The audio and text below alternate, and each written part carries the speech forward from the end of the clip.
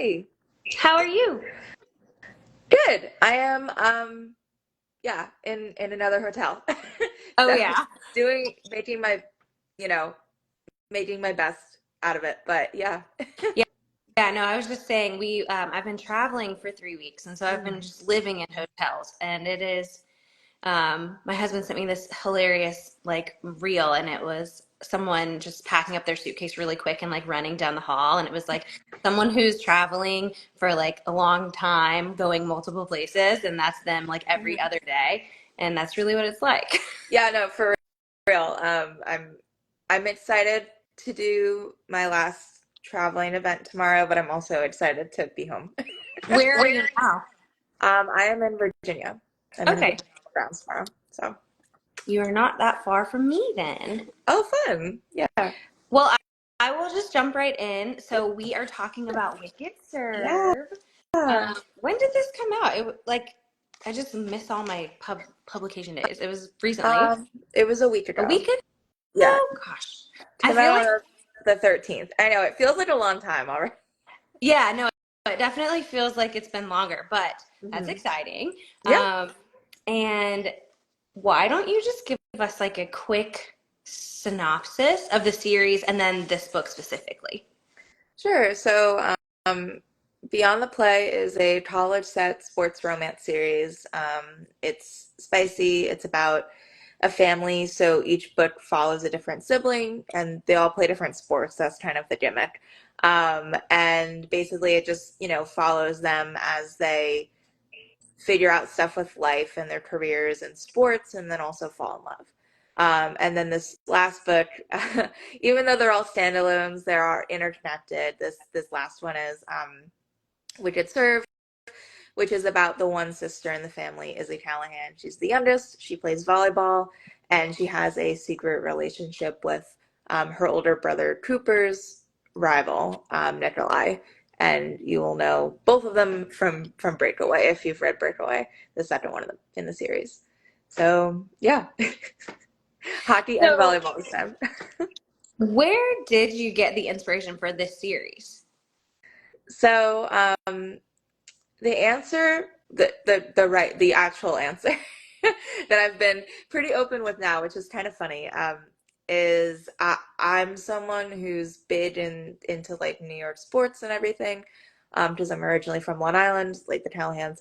And there's this guy named Boomer Esiason who was a quarterback for the Bengals and the Jets, and he still does morning talk radio in New York, and I listen to his show in the mornings. He was a football player professionally, and then he has two kids, and a daughter who is married to Matt Martin, who is an Islanders player, so he's a pro hockey player. And one, that's cool that like your dad was a pro football player and then your husband plays hockey. But the funny thing is, Boomer is a really big Rangers fan, and Matt Martin, he plays for the Islanders. And if you are familiar with the NHL, they're in the same kind of like division, so they're rivals with each other. And I just thought it was really funny to think about, like imagining what dinner conversations must be like, and like how they, probably make fun of each other and like rib each other and stuff. And the concept of there being multiple views on like professional sports within one family, I thought was interesting too. And I just kind of was like, oh, well, what if there was a family where each sibling played a different sport? That would be even trickier for both the parents and then, also them growing up. And yeah, it just kind of slotted into place after that. So, not that it's like a direct inspiration, but definitely Boomer and his kind of like family story inspired a bunch of like Richard Callahan and then the siblings and everything. So yeah, that's all. You said that that's the real answer that you like have talked about now. Was there a time you didn't talk about that?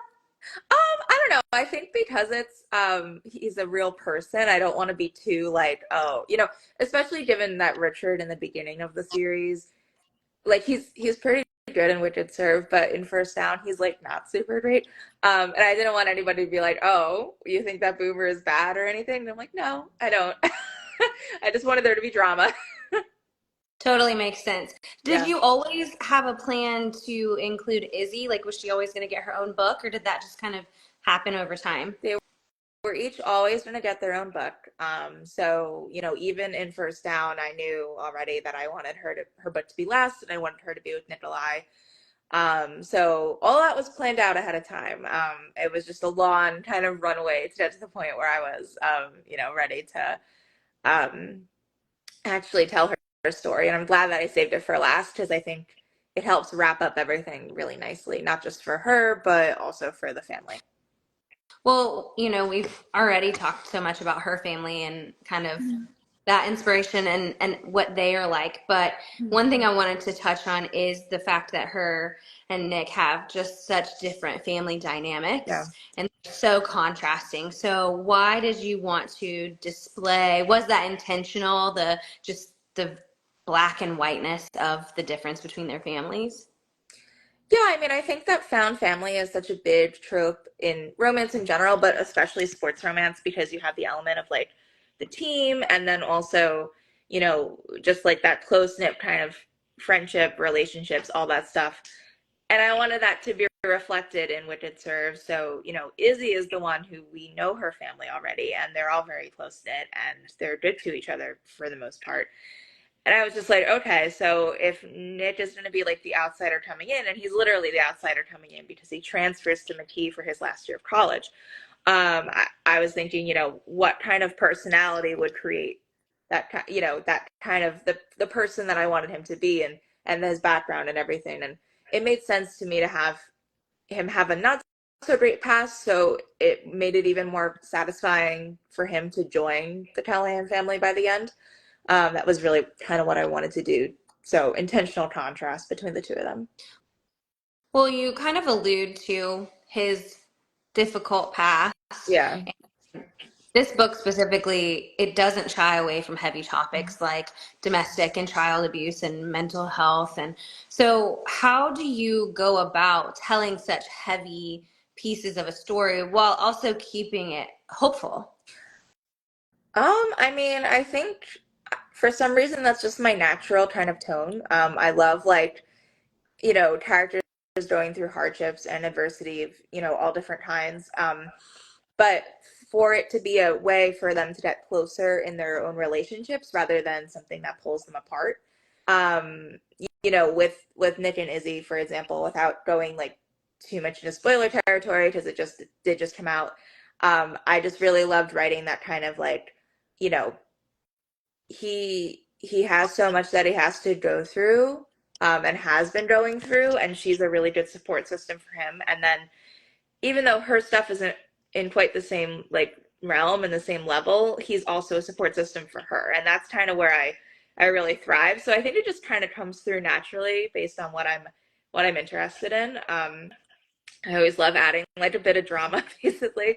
But it is a romance, and it's going to have a happily ever after. So at the end of the day, you want it to be something that feels hopeful because that's a hallmark of the genre. Well, speaking of it being romance, this book definitely has some heat to it. Mm-hmm. And what I was really like noticing a lot is that their dynamic, their relationship creates like a safe space for discovery and Yeah. kind of just figuring things out and really seeking pleasure, but not in like a negative way or any, it's just all really like positive. So why do you feel like it's important to tell like the physical intimacy stories and include them? Yeah, I mean, I'm somebody who is very firmly in the spices plot category. I will always try and make sure that every spicy scene that are in my books are very intentional and help develop the relationship and the characters and bring the story forward in some way. That's how I like to do it. I don't want it to just be kind of like an afterthought, like, oh, now they're in a relationship, so they're going to be physical with each other. Just, you know, have that be part of the progression of them getting to know each other because it is an important part of, many romantic, not all romantic relationships, but many romantic relationships. And I just am a big fan of exploring that kind of thing.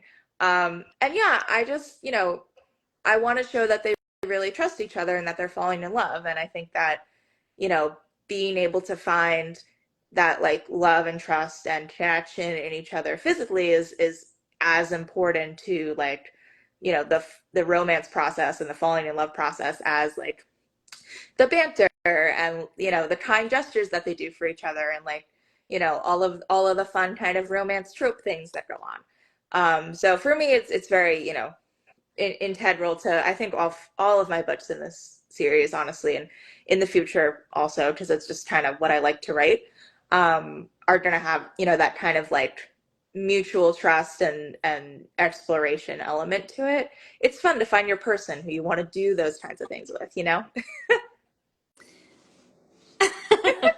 um, You're like, sure. sure. Yeah. Yes.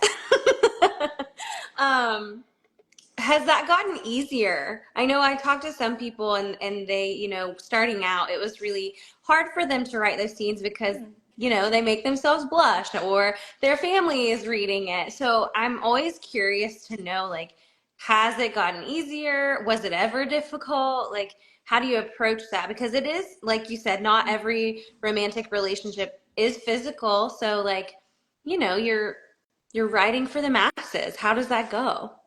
Yeah, I mean, for me, I come from a very long history of writing fan fiction of the spicy variety, so it was never something where I had to get used to it. It's kind of funny, if I look back on my fanfic projects and then also like the 10 or so books that I wrote before I wrote First Down, all of them, even if they're not romances with a capital R, they all have some sort of romantic element to them, and often intimacy in different forms is something that's explored. So for me, it's just kind of like something that I've always enjoyed writing, and it was never really like oh gosh, I gotta get used to this. More like I'm really excited for these parts. Yeah, it's always been something that I've enjoyed. What kind of fan fiction did you write? That's a secret. No. No, listen, I'm not somebody who is in like a bid fandom where it's like, oh, like, I wrote like this Star Wars masterpiece that everyone knows me for. No, it was a lot weirder. But yeah, I've been, part of like fanfic and fandom for a really long time. And I think that that's honestly so much of fanfic is just like, let's explore the relationships a little bit deeper, right? Like, let's think about what this relationship would be like. Or, I'm sorry if my phone is moving around, by the way. I forgot like a little stand. So, like, it's just kind of like a tenet of fan fiction. And I think because I read so much of it, my tendency is to always be like, okay, what's the relationship like here? So that's kind of the angle that I'm coming at for everything that I'm building my books around in terms of plot and development of the relationship and everything. What's your method for writing multiple points of view? Um, I mean, I think it's a fairly natural process. It's not like I have to do a lot of switching between. It is funny to me how all of my books so far for like romance with a capital R that have been dual have basically a 50-50 split, but I'm not intending it to be that way necessarily when I set out. I've noticed that, in other books that have dual, perhaps it's usually the male main characters. If in MF romance, the guy will have maybe like less chapters than the woman. And for me, it squarely is usually about 50-50 naturally. And, I think I don't know. I don't outline too heavily because I kind of want to feel like I don't want to know everything that happens ahead of time other than the big goalposts. Otherwise, I'll kind of feel like I already did it, and then my brain will be less motivated to work and discover so it's not like, oh, I know that chapter 10 is going to be from her point of view or chapter 15 is going to be from his point of view. It's kind of just whatever feels right in the moment, and I kind of just move between them pretty fluidly. I've only encountered a couple times where I've had to rewrite a chapter because I felt it would actually be better in the other point of view, or have felt like I had too many from one point of view in a row, and then I tried to like rejiggle it a little bit so it felt a little bit more balanced. Because I really like having for me, it's about both of them equally. And I really like all of them, both of them to have really strong personal arcs, career arcs, relationship arcs, things that they need to go through internally. And I think that they, kind of both deserve to have half of the story in their point of view and half of, everything that goes on. Not not to leave you wondering and guessing about what he feels or what she feels. What is one thing that these two main characters, Izzy and Nick, have taught you or did teach you while you were writing their story? That's an interesting question. I mean, I think with Izzy, I really leaned into a lot of the joy. With her character, she's just a very, she has goals and she can be serious and she's there for the people that she cares about. But at the same time, she's kind of like, like a silly kind of personality. She's bubbly. She has like, traditionally feminine interests. She, is always excited to pet a dog or like get a fun flavored drink or whatever. Like she's just kind of a cutesy person. And I think that I felt so much just happiness writing her story and the whole book in general. That was just really nice. And it was a good reminder for future projects also to be like, I love when the characters are having fun, right? So, like, I'm sure readers also enjoy seeing the characters have fun with each other and apart and like with everyone in their lives. Not to say there shouldn't be drama and tension too, obviously, but yeah, those fun little details I think really bring the story out and like make it more memorable. You might not remember everything about Wicked Serve, but maybe you'll remember like the plot relevant koalas. You know what I mean? And that's kind of like part of the joy thing. For Nick, I guess he was a different male main character than the Callahan brothers. If you've read the other ones in the series, you know that, they're all, well, technically Sebastian's adopted, but they're all brothers, right? So they all have sort of like similar values and similar ways of being just because they grew up together and they've spent a lot of time with each other and they have, same set of parents, that kind of thing. And Nick is coming from this totally opposite direction in terms of like his personal life and his background. And he's like really intense and broody and kind of sad. And I realized just how much I love writing that kind of stuff. Like from the Di point of view, especially where he's all like, like I'm just so angsty. It was delicious. And I think that was a fun kind of like, it's what I was hoping would happen when I went into the book. Like I had my goals for what I wanted his character to be like, but it was much more engaging than even I thought it was going to be. And I'm excited like to have that in my arsenal of like character types to explore and kind of do more with in the future. Well, what is one thing that you would want readers, if they could only take one thing away from this book, what would you want that to be?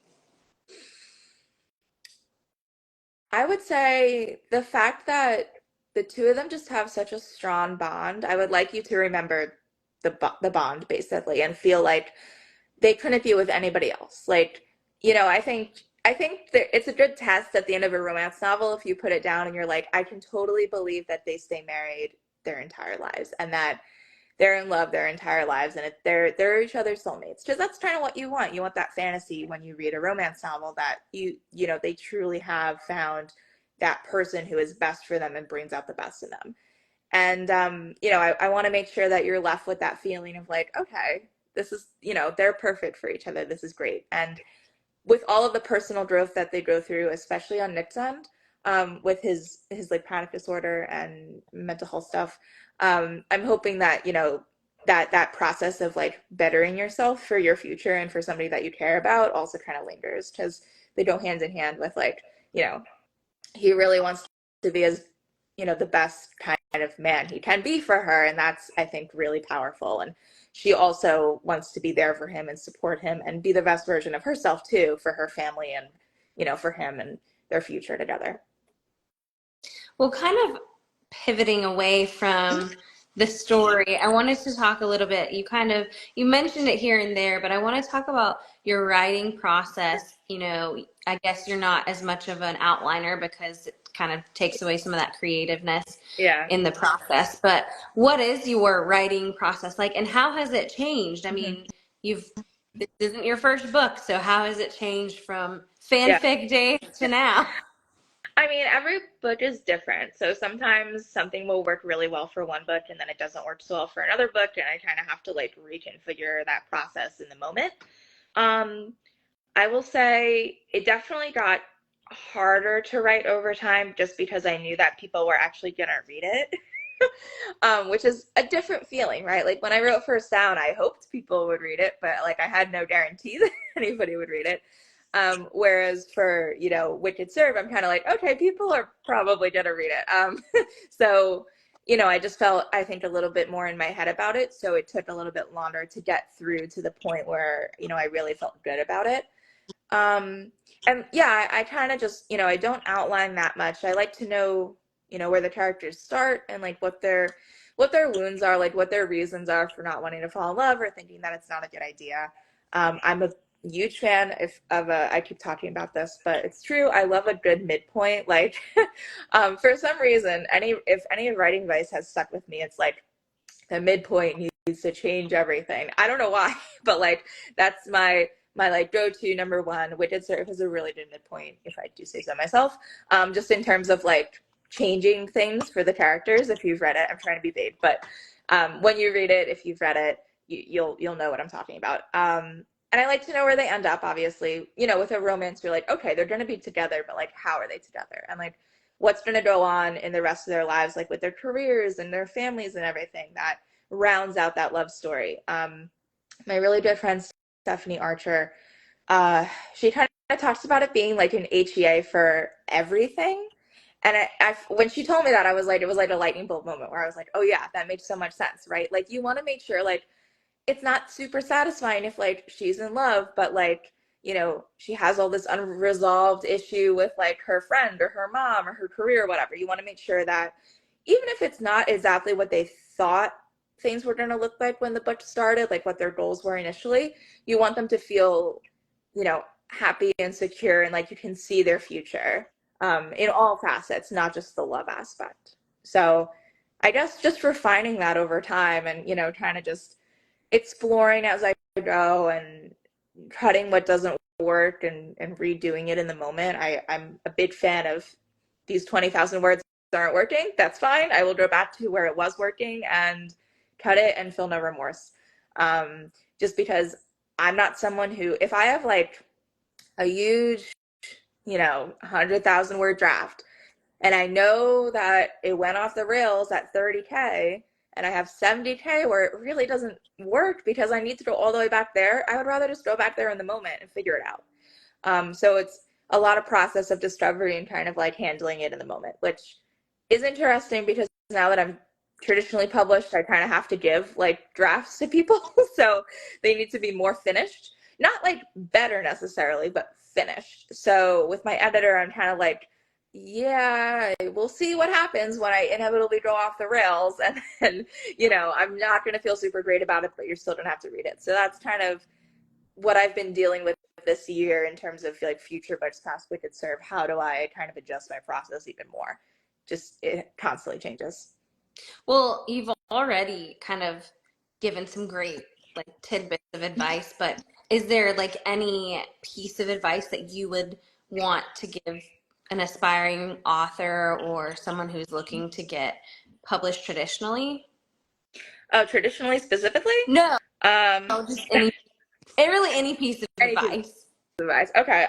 Yeah, because I was gonna say I have different takes for indie versus trad, but I would say just generically read not just you want to read widely, right? And read a lot. So you want to read a lot of books in the area where you want to publish. So if you're writing a cowboy romance, make sure that you read cowboy romance so you know what readers expect from a cowboy romance. You know what I mean? Like, you don't want to write a sports romance where it's not really going to satisfy what people are looking for when they pick up a sports romance. Otherwise, it's just, especially in genre fiction, it won't work. It's akin to not having an HEA in a romance. It's just not going to hit the mark. But you also want to read, I think, I love reading in other genres. I love reading other kinds of romance. I would say like my contemporary romance, like the amount that I read percentage wise compared to other kinds of romance is actually quite low at this point. Like I mostly read historical or like fantasy, alien, that kind of stuff. And it's really useful to see tropes in other contexts, I think. So like, you're seeing maybe like, I don't know what's a good example. You're seeing like he falls first, but like in an alien romance, and the ways that you might do it differently in a contemporary. and what you can kind of take and like remix and all of that stuff. It's all good creatively to have different kinds of stories going on in your brain. I've been doing a lot of like nonfiction book reading lately for research for the thing that I'm writing now, and it's nice to get like, other kinds of voices in my brain, not just like that straight up romance voice that like we're all kind of used to when we read a lot of romance. So this still applies also. Maybe you're not writing a romance, but you're writing a thriller. You should read romance in addition to thrillers to get kind of like that broad perspective on fiction, essentially. Well, what is next for you? I don't know how much you can tell us, but I would love to. And I'm not trying to rush away. Like, No, I no. know Wicked Serve just came out, and I know that that can be a stressful question, but what can you tell us? So I am going to be pretty vague. My editor and I are kind of like erring on the side of we're not going to tell anybody until we're absolutely sure. Just because this has been kind of a hard year in terms of figuring out what I really wanted to do next and making sure it was in the direction that I wanted it to go in. I wrote a whole series, and it's a very specific kind of series because it's new adult, college setting, all of that stuff. And I don't want to go so far out of left field that people who like my books already are like, this doesn't seem the same. But I also want to make sure that I'm growing as a writer and providing something a little different and experimenting and all this stuff. So it is going to be a standalone, so it'll kind of be its own thing. It's not going to be related to this series at all. The series, never say never in terms of me going back to it in some form, but it is contained at 4 books. Each sibling got a book. There's no more siblings, no secret babies, no nothing like that. Um, but this is going to be a standalone. I'm not totally sure on the timing yet, so that's part of why we're kind of keeping things on the down low. But um, I have been reading a lot of like, I'll say like restaurant and like cooking related things. It's fairly vague, but still kind of specific in some ways. And that's all I'll say there. But it will be, a signature kind of like, hello, Grace. There's a lot of family drama, and like there's dual point of view, and it's first person. All this, all the stuff that hopefully people are starting to think of when they think of Grace Reilly books.